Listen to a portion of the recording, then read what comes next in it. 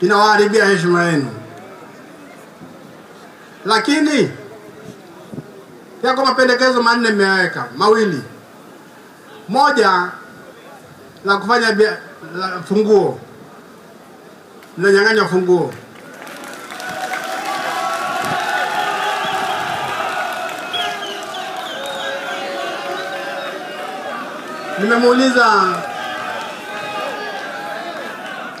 Nimemuuliza kama nampinga, halizungumziki? Akaniambia bwana linazungumzika. Na mimi nadhani wanapaswa kuzungumza, maana yake rekodi ya polisi kwenye haki za binadamu kwa maelezo ya bunge ya juzi haikuwa nzuri sana.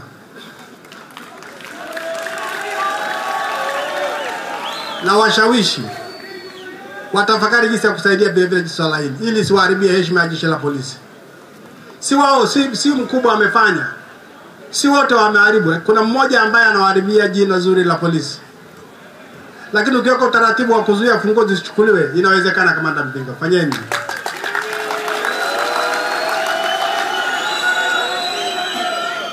Pendekezo la pili ni kufanya biashara ndani ya mji,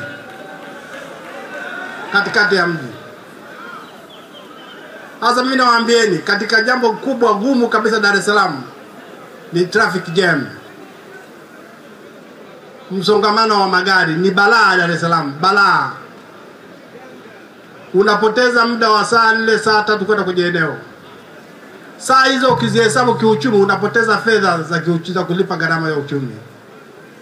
Man hours ndio nyingi sana. Niliwahi kwenda China. Biashara usafiri wao ni baskeli. Nilikuta baskeli zaidi ya 10,000 katikati ya mji wa Beijing. Katikati ya mji wa Nimemuuliza Kamanda Mpinga, hivi hapa haiwezekani? Hapa haiwezekani. Wanatusaidia kupunguza msongamano wa magari hawa. Hasa sababu ni swala la kisheria, hebu tulijadili. Mimi ni mmoja wa watu anayesema tujadili. Kama hatakuwa tunavunja sheria, na kama itatusaidia kuondoa msongamano ulioko Dar es Salaam, tulijadili Kamanda Mpinga. Mimi na hakika mna nia njema, tukijadiliana inawezekana. Kwa hiyo tunamwambia Kamanda Mpinga, tujadiliane jambo hili. Tumeelewana? Hapo vipi?